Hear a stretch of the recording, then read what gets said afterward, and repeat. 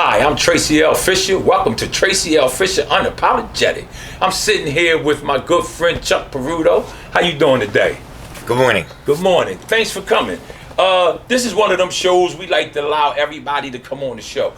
This is a political show, but it's also a community activist show, and we bipartisan. We can care less who you are. Only thing we care about is what you represent and what you bring to the community. If you're about the community, we're about the community. We're willing to work with you and help you. And we allow you to come on this show and have a voice uninterrupted. So without further ado, we have Chuck Peruto here.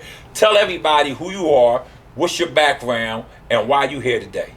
Well, I'm a criminal defense lawyer, which scares people right off the bat. 40 years practicing law, helped a lot of people, but now it's time for me to dip my toe in the water and change things. Okay, and what you mean by change things? Well, it's one issue: gun violence. It's the issue. It's public safety.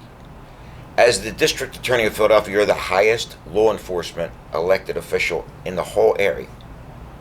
It is your job to look at these statistics of these murders. 500 last year, 350 the year before, 650 for a pace this year. It's ridiculous, and it's got to stop, and it's easy to figure out what you got to do. Number one, people go to jail and they talk. They all talk.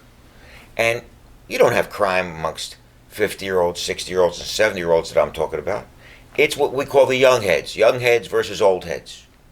With the young heads, young boys, young guys, whatever you want to call them, the violence is a cool thing, impressive. Carrying a gun and blowing somebody's head off in public is impressive. Gets the girl, gets the money, makes you dangerous. But it all boils down to drugs. The drug trade has to be attacked. I'm not talking about the way we attacked it in the 80s, which was a failure with the war on drugs. That was just silly. Just mass incarceration of drug dealers. No. But you got to take the profit out of drugs, because a drug transaction from a drug deal doesn't happen on the corner anymore. It's not open air anymore. Well, certainly they exist. But now you have drug businesses that can be bought and sold like real estate. Now, on the drug corners that are still existing, that is worth money. It's like real estate. It's like a transaction. I'm Joe Blow. I own 8th in Indiana.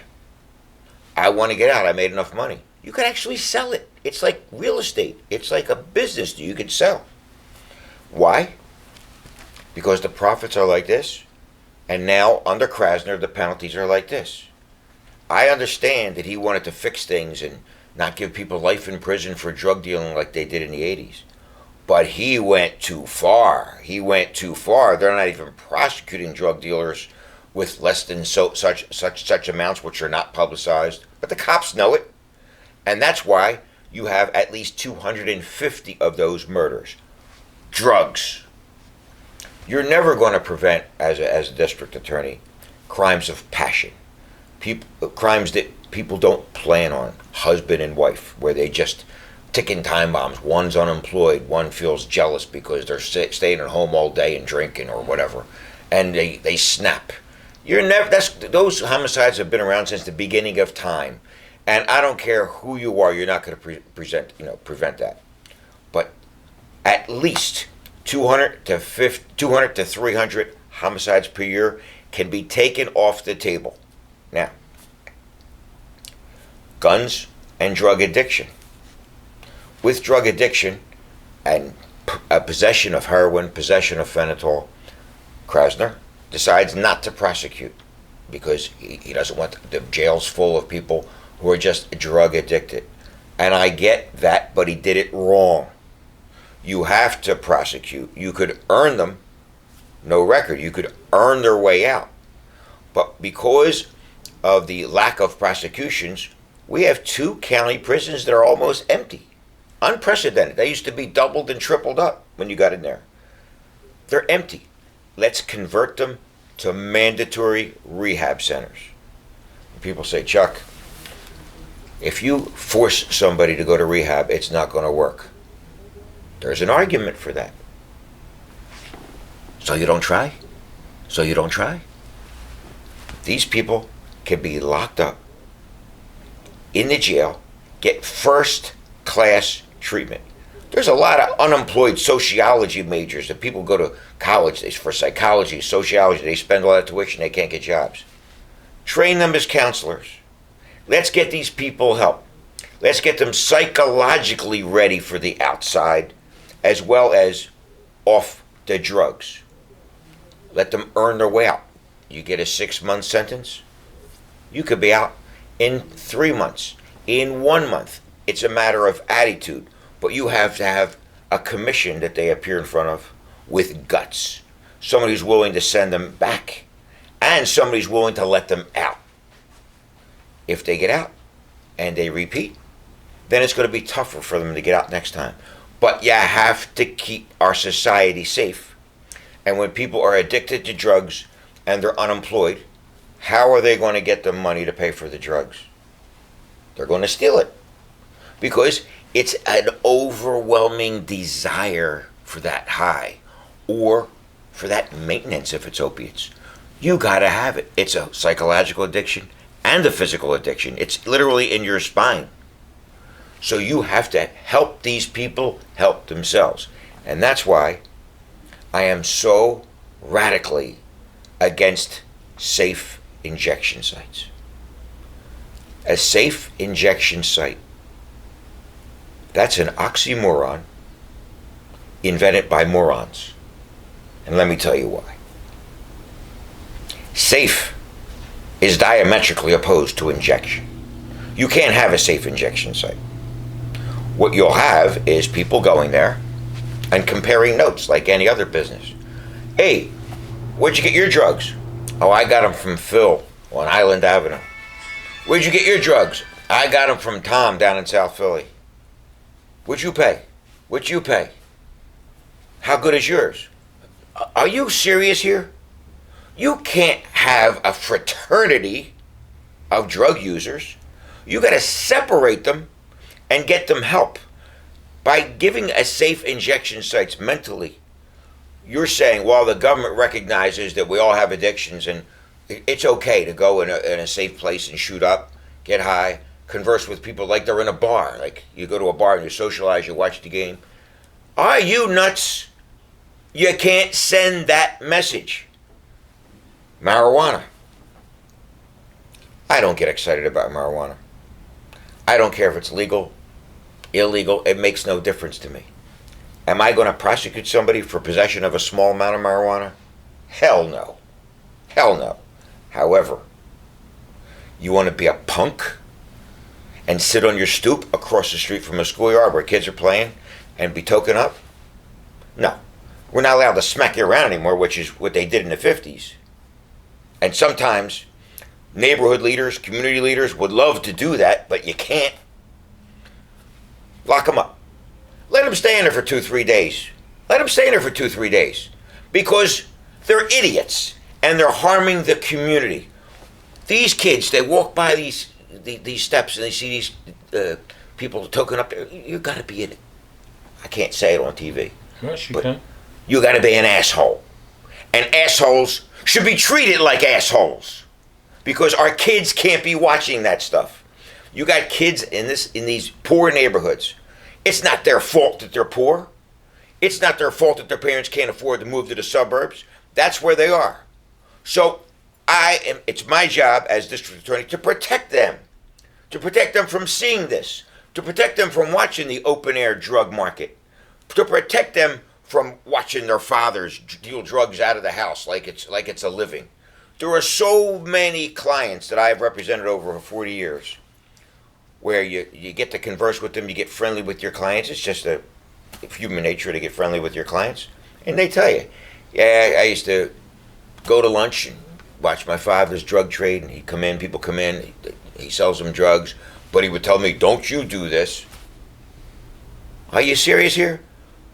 You're watching your father make money from selling drugs, and he tells you orally, I don't want to see you doing this, or I'm going to break your head. Huh? Kids are a product of their environment. They're going to do what their peers do. They're especially going to do what their parents do. They see them doing this. What is the likelihood, and this is the big question, what is the likelihood that that kid is going to sell drugs? Is it 100 times greater than somebody who was not exposed to that? I think that's a fair estimate.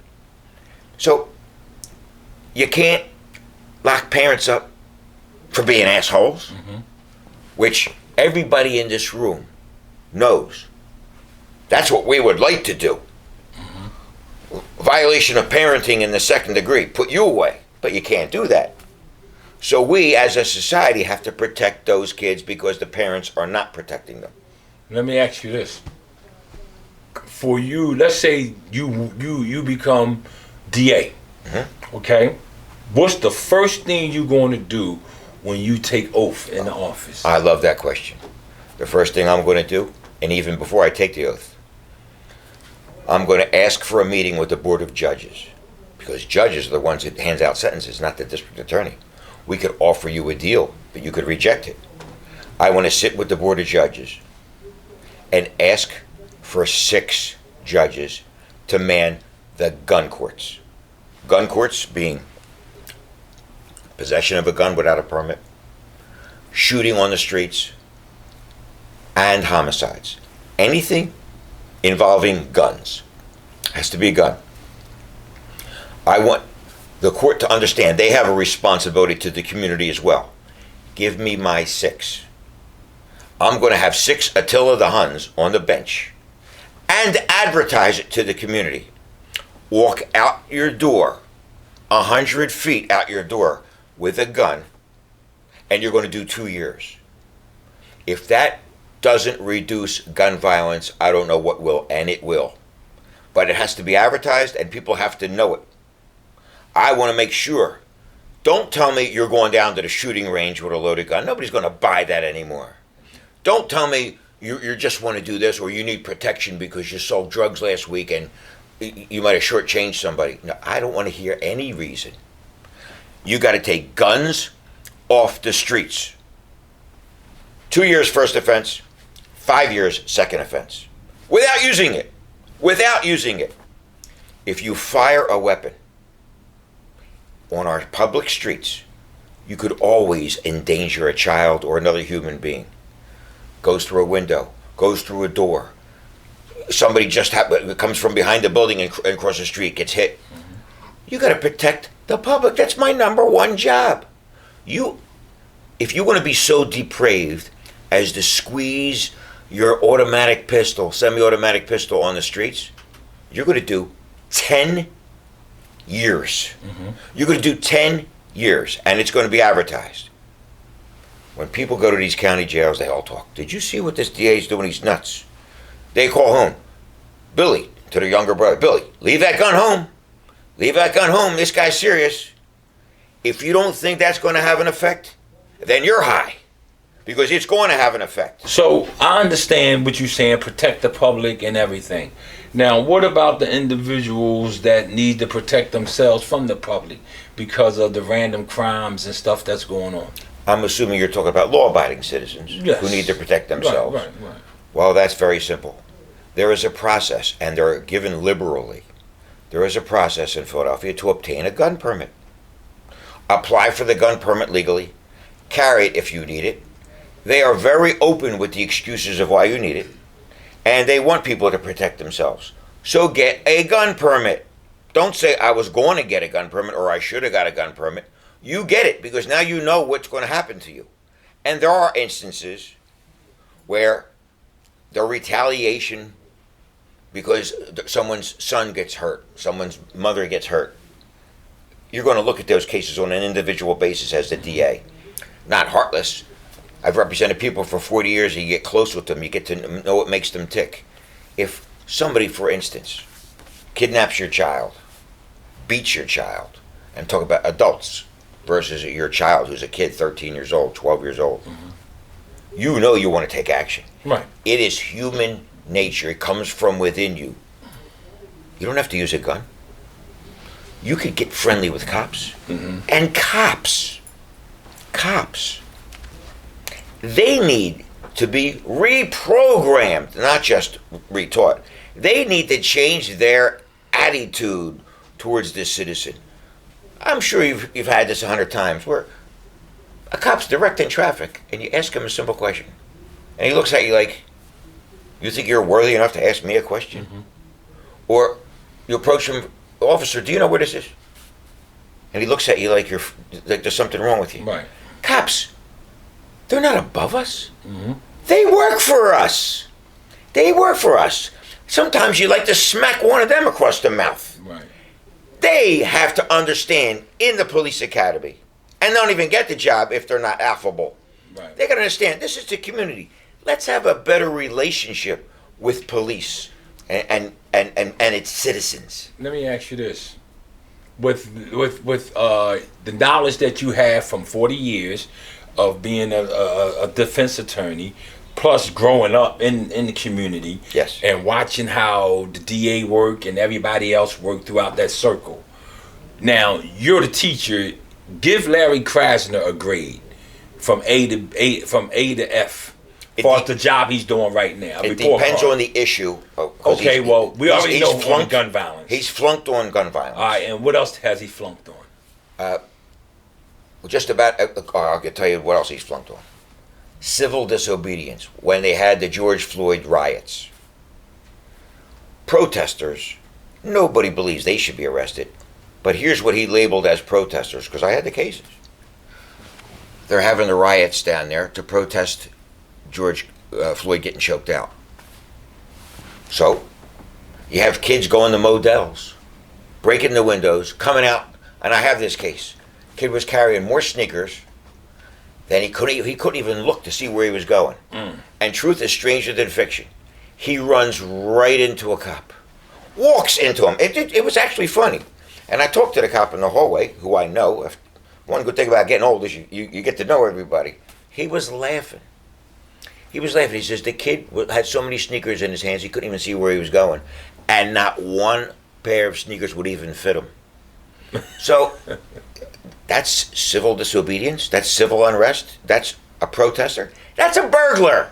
Right. Let's call it what it is. That's a burglar. So Larry called that civil disobedience, not prosecuted. Not prosecuted. That is baloney. Because now what happens next time? They all talk. The community talks. These kids aren't working. They're all talking. They're down at the playground talking. What are you going to hit next time? This. We're going to hit this. We're going to hit this. You keep hitting these businesses and they close down and leave the community, that makes your taxes higher because you have less tax base. You don't have these businesses contributing to the tax base. That means Joe Blow, who gets up 7 o'clock in the morning and takes the bus to work, he's got to pay more taxes. Somebody's got to pay for this. Somebody's got to pay for those cops. Somebody's got to pay for those teachers. It's unfair to run these businesses out of the community. Let's take supermarkets. I grew up in West Philly till I was 19 years old, 64th and Jefferson. 1004 North 64th Street. The big rage when I was 16, 17, 18 was supermarkets leaving the area. They were tired of getting robbed. So they don't want to be in the area and service the people. Who is that hurting? It was a mixed neighborhood, but it was turning black rapidly. Who's getting hurt? The parents of the kids that are robbing the place. Black on black crime, which, people, they squint when they hear the term black on black crime because it's been overused in the last 10 years and people are tired of hearing the term. Don't get tired of it. Do something about it. Because black on black crime is killing society for several reasons. One, you have a kid that gets arrested. His brother goes talk to the old lady whose house he burglarized. Listen, he won't do it again. Let him slide. Don't come to court, please. Please, Miss Aretha, please. I'm going to straighten him out. He's not going to do it again. And she says, well, I don't like this because it's not the first time he's done it, but okay. So they drop the case. They don't show up. So the kid gets discharged. Not even probation. So now he has no record. And he does it again and again. I had a case in Chester, in the city of Chester, where my client is hitting a house. If he cleaned the whole house out, he might get $200 worth of goods. If he spent 2 days there. Hits the poorest people on the block, but people go to work every day. So they assumed they had goods in there. The couple comes home from Atlantic City. He's up in the bedroom. Now he's got to get out of the house. What's he do? He comes down and he cracks a 72-year-old man's skull to get out of the house without being identified. Black on black crime is ruining the black community, and they have to wake up and police themselves. How do you police themselves? By talking, by educating, by telling people, don't let him go because he's black. Don't fail to go to court because you think that's going to help him. That's going to hurt him, and it's going to hurt us. They have to go to court and testify, and he's got to learn no more. No more. I personally think it's worse for a black kid to pull a burglary in his own neighborhood than it is to go to the suburbs and do it. I think it's worse. Because what are you doing? What are you doing? On one hand, the older blacks, the old heads, they're saying we got to stick together because they have experience of life. They've lived life. They see what these punks are doing to their own community. And the young kids are like, I'll stay right here. Nobody's going to come to court and testify. And the young kids are right. They're right because nobody's going to come in and testify. So you got that problem. And it's a big problem. The other problem, which I'm not going to change, is black jurors letting black defendants go. It comes with age. It comes with age. If I'm a district attorney, I want the old heads on the jury. Because the old heads are going to look at the young punk and say, you're not doing that again. I'm not letting you go. They prove their case, and I'm talking about in a case where they prove it. Mm-hmm. And then you let them go for one reason or another. Because you don't like the cop, you don't like, maybe you saw that cop before and you didn't like the way he behaved, or some other multitude of reasons.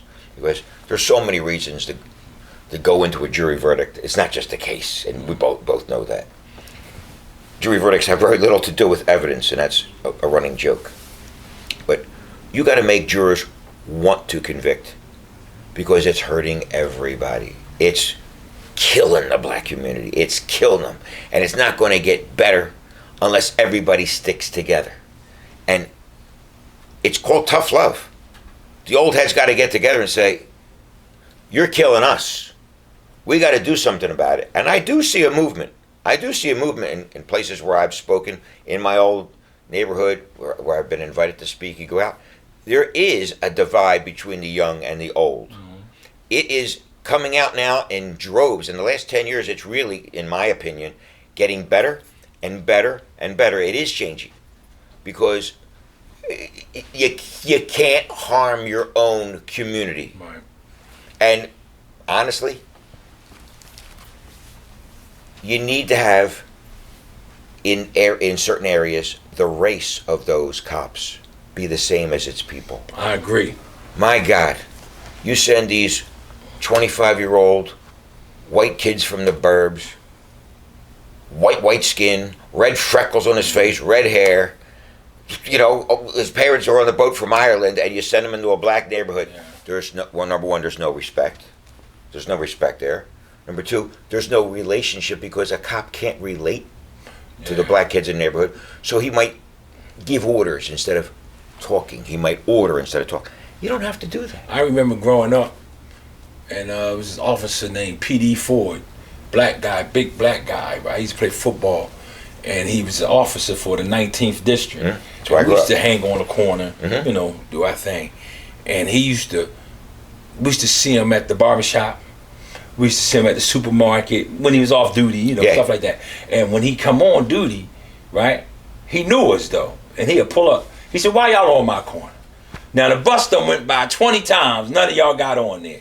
You know, I'm just saying, he knew how to relate to us. Yes. So it was never no guns pulled, never no accidental shooting, and we respected one another. But that was back then, and it's a different, you know, culture right now. So back to the question with what grade right now would you give? Oh yeah, that was the question, wasn't it? What grade would you give Krasner? in police relationship, in community Overall, policing. just overall, as a DA, right now, you the teacher. This is the final exam. You know everything about him. You done gave him midterms and all that stuff. Now you got to grade him. You got to give him an A, B, C, D, or E, or F. Because This is it's hard fair. to do. This is hard to do. Okay. Because I personally like Larry. He tries. He's just too liberal. I got to give him an F. And the reason I got to give him F is because if I give him a D, that's a passing grade, and he doesn't pass. He does not get a passing grade because, number one, his approach to the police department is all wrong. You got to understand, you're not going to change these cops overnight. You got a lot of meatheads on that force. Mm-hmm. You're not going to just change them like this. You got to negotiate. You got to give to get. You got to talk with them. They're not affluent people like he is. He's from the burbs. He's a civil rights attorney. He's always been against the police. So what he's got to do is go overboard to change that persona. He's got to reach out to them and say, guys, you're right. I'm wrong. I did it all wrong. Help me help you. Tell me what I'm doing wrong. Well, let me ask and you even if this. he's acting, just go through the motions Now, of pretending. Do you know Nesby? Sure. Now, is he approachable? No. 'Cause I heard he's not even approachable. You're right. Because you got Krasner on this end, and you got McNesby on this end, and they can't even see the middle. They're so far from it. Wow. And that's the issue. It's bad because when McNesby defends a cop who's in the wrong, that hurts all police. Right. Because do you think all cops believe everything McNesby tells them, or tells them what to do? A lot of rank and file cops are like, no, I'm not going to do that. That's wrong. That's wrong. But he's got a job to do. He's a union official. He is backing up cops that are in trouble. He's not going to come out and defend cops who are not in trouble because he doesn't need to. They're not disciplined, so he doesn't have a voice in that. But what Krasner's got to do is reach out and say, John, you're right. I'm wrong. Even though he's lying, at least make it appear. Politicians lie. So you can't tell this lie. Reach out. Break bread with him. Have dinner with him. Reach a common ground. If you pull him 10 feet this way, and you got to go 100 feet this way, it's worth it. Because now you got movement. And then it's not going to happen with one dinner. You got to cultivate a relationship. And let these guys know you have their back. Right now, cops are to the point where I'm not going to go chase that guy in that alley because why should I chase him? He might pull something on me, or my life is in danger, and then I'm going to get arrested for murder. On the other hand, cops got to wise up. This is not the Wild West. This is not the 1940s. Everybody's got a cell phone. With everybody's cell phones, everybody's got a camera. It's called use this. Everybody's watching you. Don't go into these cases thinking you're going to get away with it because I'll just get a pro-police jury and they're going to let me go, because that has happened throughout history.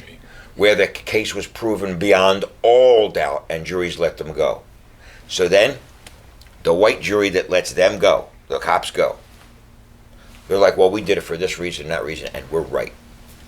And that same white jury would criticize a black jury for letting the black kid go because he's black. And the white people say, you only let him go because he's black. Well, what did you do? What did you do? Two wrongs don't make a right, and they're all wrong.